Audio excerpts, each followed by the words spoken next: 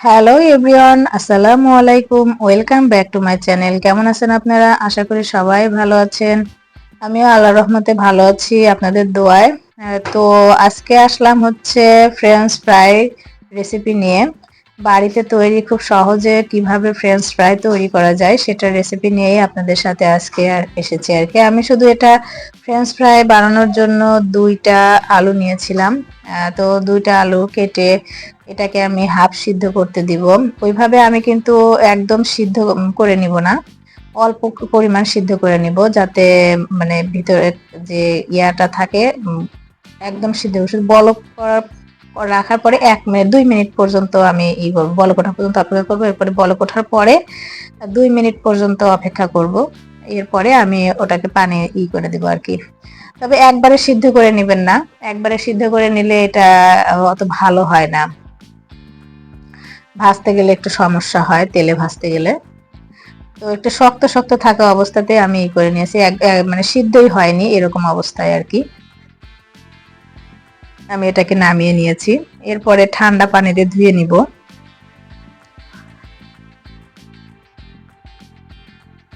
ঠান্ডা পানিতে ধুয়ে নেওয়ার পরে এর মধ্যে একটু চাউলের গুঁড়ো আমি অ্যাড করব। আর এই চাউলের গুঁড়োটা আপনারা ইচ্ছে করলে যে কর্নফ্লাওয়ার যদি থাকে সেটাও অ্যাড করতে পারেন। আমি এটা জাস্ট দিয়েছি হচ্ছে করার জন্য, একটু গায়ের পানিটা শুকিয়ে যাবে এই জন্য আর কি দিয়ে দিয়েছি। তবে সিদ্ধ করার সময় আমি কিন্তু একটু লবণ দিয়েছিলাম, আপনারা একটু লবণ দিয়ে নেবেন। লবণ দিয়ে সিদ্ধ করলে একটু ভালো হয়। তো কিছুক্ষণ রেখে দিব, এটা বক্সে রেখে দিব আর কি। এখান থেকে পানি যখন ঝরে যাবে সবগুলো, তখন বক্সের ভিতর রেখে দিব। মেয়ের বায়না যখন তখন এটা খাবো ওটা খাবো, কার্টুন দেখে আর ওর একটার পর একটা বায়না লেগেই থাকে, এরকম সমস্যা হতেই থাকে।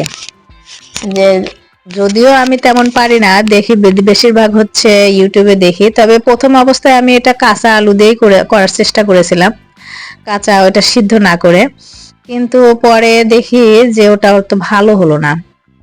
এরপরে আমি যখন হালকা একটু সিদ্ধ করে নিলাম তখন ওগুলো ভালো হয়েছে, মানে এইগুলো আর কি, এগুলো অনেক মসমসে হয়েছিল, অতটা ছিল না আর কি। কিন্তু যখন কাঁচাটা দিয়েছিলাম ভিতরের দিকে হচ্ছে একটু ছিল, নরম নরম হয়েছিল। তো আমি অল্প পরিমাণ তেল দিয়ে এটা ভাজার চেষ্টা করেছি, আর শুধু শুধু তেলটা নষ্ট করতে চাইনি। যাই হোক, তো অল্প তেল দিয়ে কয়েকটা ভাজি করে দিলাম সবগুলো। যতটুকু তেল দেখতে পাচ্ছেন এতটুকু তেল দিয়েই ভাজি করা হয়ে গিয়েছিল আমার।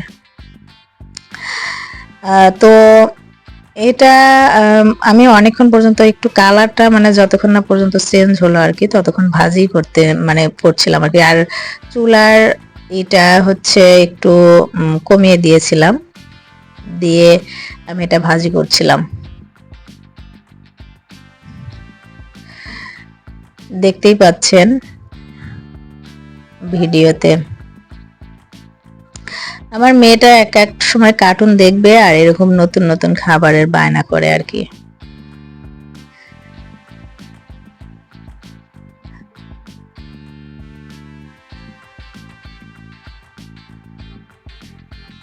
তো এটা অল্প তেল দিয়ে ভাজি করে নিয়েছি।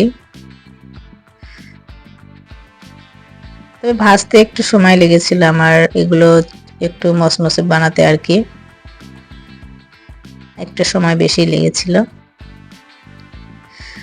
আর এটা ভাজি করার পরে আমি এর ভেতরে হচ্ছে ম্যাজিক মশলা দিয়ে দিয়েছিলাম। ম্যাজিক মশলা এটা হচ্ছে যে আপনারা যে বেশি কালারের যেটা দেখতে পাচ্ছেন, এটা আমি প্রথমে ভাজি করে দেখেছিলাম যে হয়েছে কিনা। আর আগুনের ইয়াটা একটু চুলার এটা একটু বেশি ছিল, এই জন্য ওটার কালারটা একটু চেঞ্জ হয়েছে আর কি। দেখতেই পাচ্ছেন অনেকটাই মুসমুসে হয়েছে। তো এটা হচ্ছে ম্যাজিক মশলা দিয়ে এরপরে সস দিয়ে আমার মেয়েকে খেতে দিব। তো এগুলো আমার মেয়ে আর আমি খাই, আমার হাজবেন্ড অতটা পছন্দ করে না এসব খাবার আর কি। ফাস্টফুডে সব দিয়ে সয়া সস এগুলো দিয়ে কোনো কিছু তেমন পছন্দ করে না, শুধু রান্না করলে আমি আর আমার মেয়েই খাই। তো আমার মেয়েকে খেতে দিলাম। তো ভিডিওটি কেমন লাগলো